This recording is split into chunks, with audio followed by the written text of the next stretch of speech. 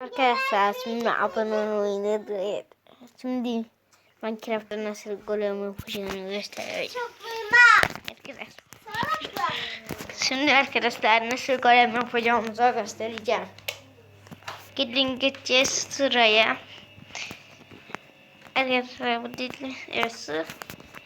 Evet arkadaşlar şimdi bir demir parçası alacağız. Bir de kardan adam yapabiliriz. Arkadaşlar şimdi yapacağız. Önce sıra koyalım. Böyle arkadaşlar. Şimdi bir golem. Şimdi bir tane de kaldım adam yapacağız. Galiba korkuyordu.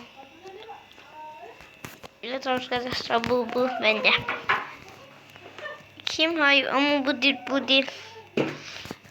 Arkadaşlar bu kim? Bu değil bu. Bu kalıp gibi değil. Nerede bakar? İşte arkadaşlar bu kar değil.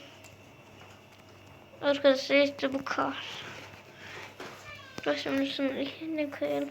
Bir, iki, üç. Arkadaşlar şimdi abone olmayı unutmayın. Görüşürüz.